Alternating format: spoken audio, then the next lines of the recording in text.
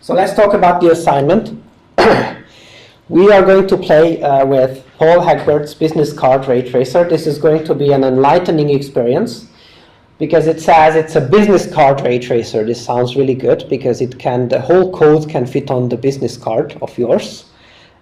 Well, you will see that this does not mean that this is well suited for educational purposes. So it's not very easy to understand what is happening in there. In the package, I have also included a version that's a bit more eye-friendly. But when we are going to be talking about global illumination, we're going to use a simple global illumination program. And it's called Small Paint, and I wrote it myself in a way that it would maximize both understandability and conciseness. So here is the first part, which is not expected to be so convenient, and then the next global illumination program will be much more convenient. So to compile this, you use whatever tool you wish. I'm not going to confine you to use any given tool. This is a 1 or maybe 2-3 file ray tracer.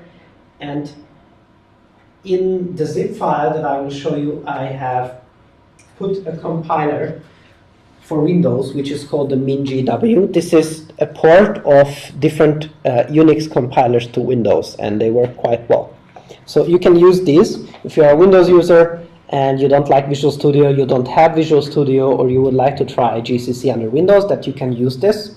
If you would like to use something else, you're fine. And if you're a Linux guy, you're a power user anyway, so you can deal with that yourself. But if you need help, just write to me.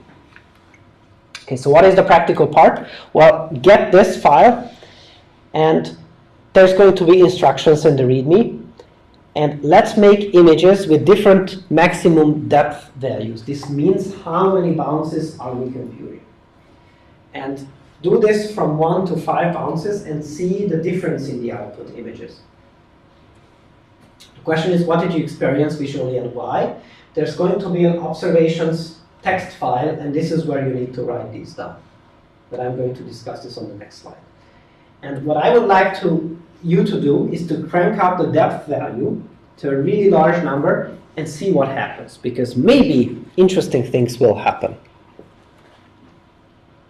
And the question is, what will be the dependence of the runtime, the execution time of the algorithm, with respect to this depth variable? And does it abruptly change at a given point or somewhere or not? And usually there is a set of questions for pros. So if you feel like a pro, you should definitely answer these. Sometimes these are really difficult questions, sometimes not so much. And when I first held this course, I thought that maybe 10 to 20% of the people would bother to try, because they are really interesting exercises. And to my surprise, almost 70 or 80% of the people in the first 2 years of this course did all the pro exercises. And some of them even came up with exercises on their own, because they thought that, yeah, this is so much fun. I changed the code this way. Look what I got. What happened there? And if you find out something amazing, then show it to me, so I can also marvel at that. So a set of questions for pros. This is plus points for the exam. If you don't do them, you still can get the maximum amount of points for the assignment. But take a look and try to do them, because it's a really interesting journey. The first is, what would be the algorithmic complexity of this depth variable? So this means that I can not only measure the execution time of the algorithm with respect to this depth, but I can also write up the complexity of the algorithm with the big O notation. The big O notation, this is something that tells you the complexity of algorithms with respect to variables. So if I change, let's go back to algorithms and data structures. For instance, Dijkstra's algorithm, if I remember correctly, it's of a quadratic complexity. So if I have, is it? I think it is. So it's really favorable. So it means that if I have a bit larger city where I need to find the best route between 2 points, then the complexity of the algorithm is not going to be raised so much. So this means that if it's n squared, it means that if I have double the size of the city, then the algorithm is going to run 4 times as long. So I would like to know the complexity of this algorithm that you have with respect to this big O notation. Second pro question is, what could we do to make this more favorable? Whatever weird examples and ideas go. And if you did some change, then tell me the new complexity of the algorithm. And a regular set of questions play with the AOV variable. It's very easy to find out what it does already. Question is, what did you experience and why? And just a note that there is a, I think, more readable version of the same C++ code in the zip file. The format of the table that I would like to see is that we take the different numbers for depth values, maximum amount of bounces, and I would like to know the execution time in seconds. And this is a text file, but after filling such a text file, I would like you to plot this with whatever tool you have. I don't mind. If you like NumPlot, use that. If you like Wolfram Alpha or MATLAB, use whatever. I don't mind.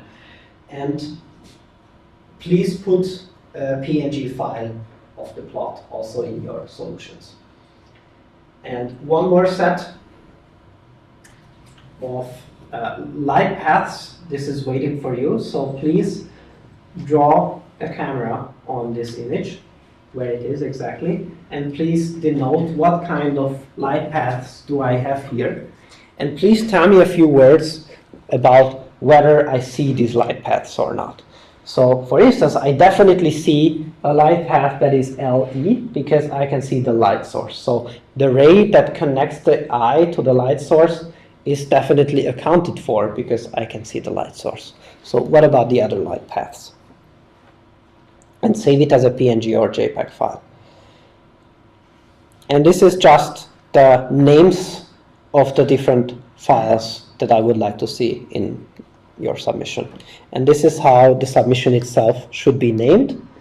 And about the deadline, I don't know yet. Apparently, Easter is coming. And when I first held this course, I told the other people that, well, next week there's going to be another lecture. And they said, well, not really, because there is Easter break. And I come from Hungary, where Easter break is one Monday. So it means that on Monday you get drunk, and on Tuesday you go back to work with a hangover. And then they told me that it's not only Monday.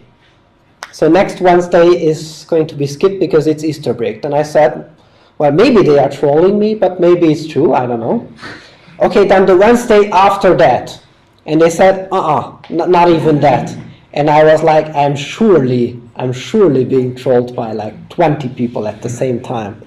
And then they told me that Easter break in Austria is 2 weeks, at least in the universities. And I was like, that's amazing, because in Hungary, on that Monday that you have as Easter break, everyone is drunk. It's ridiculous, like the whole city goes crazy.